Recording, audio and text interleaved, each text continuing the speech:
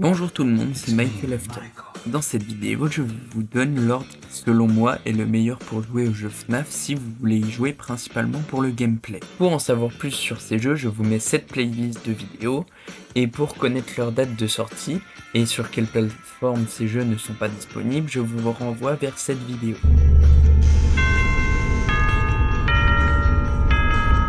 Vous pouvez commencer par FNAF Help Wanted et son DLC Curse of Red Bed. Enchaîné avec Help Wanted 2, avec ces deux jeux vous connaîtrez la mécanique d'à peu près tous les jeux et vous permettra, si vous trouvez que c'est un enfer, de ne pas jouer à certains jeux. Ça peut aussi tout simplement vous permettre de commencer ensuite par les jeux que vous préférez dans Help Wanted.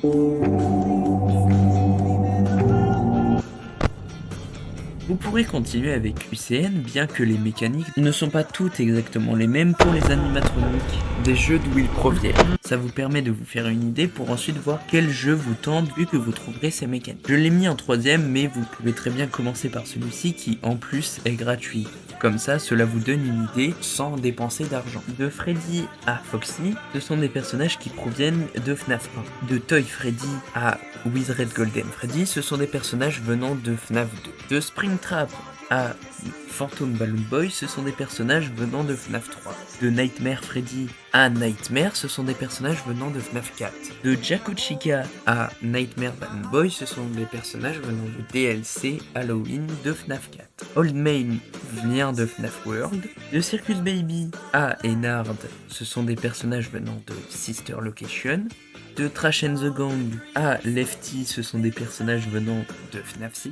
Et Fun Guy n'est pas un animatronique, mais est dans FNAF 1 et 2. Si suite à mes trois propositions, vous n'arrivez pas à choisir un ordre, je vous propose de ce qui, selon moi, a le plus de diversité de mécaniques au jeu qui en a le moins, ou les moins intéressantes.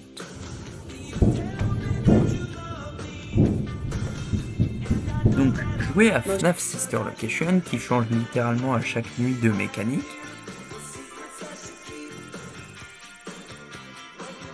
Continuez avec FNAF Security Breach qui vous propose une diversité de missions durant la nuit. Vous enchaînerez avec son DLC Ruin histoire de suivre quand même une logique narrative.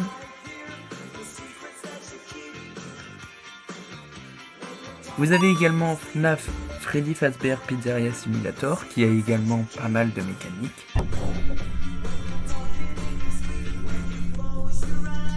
FNAF 2 peut être votre jeu suivant car ses mécaniques sont bien pensées.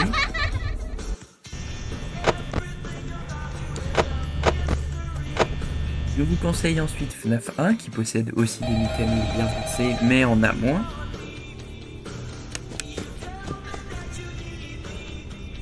Poursuivez avec FNAF 4, il y a une manière très particulière de jeu. J'espère que vous avez un bon casque ou des enceintes, sinon le jeu va être dur. Ensuite vous avez son DLC Halloween si vous avez apprécié le jeu.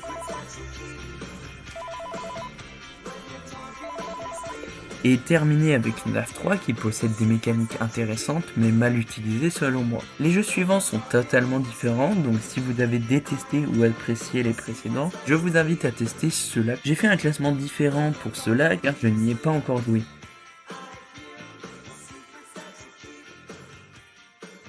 Débutez avec FNAF World qui est un RPG. Pour vous la faire courte, c'est un jeu de rôle mais en version jeu vidéo.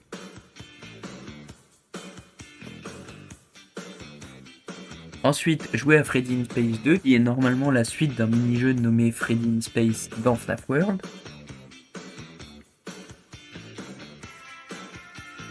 Continuez avec FNAF The Movie The Game, qui a aussi une manière de jeu différente des autres.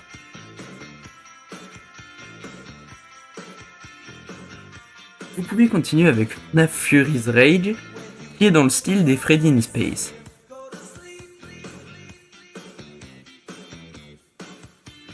Et terminer par FNAF AR si cela vous tente, et surtout si le jeu vous donne suffisamment envie pour aller chercher autrement que les autres jeux. Dites-moi ce que vous en pensez, j'espère que cette vidéo vous aura plu, et n'oubliez pas... I'm going to come find you.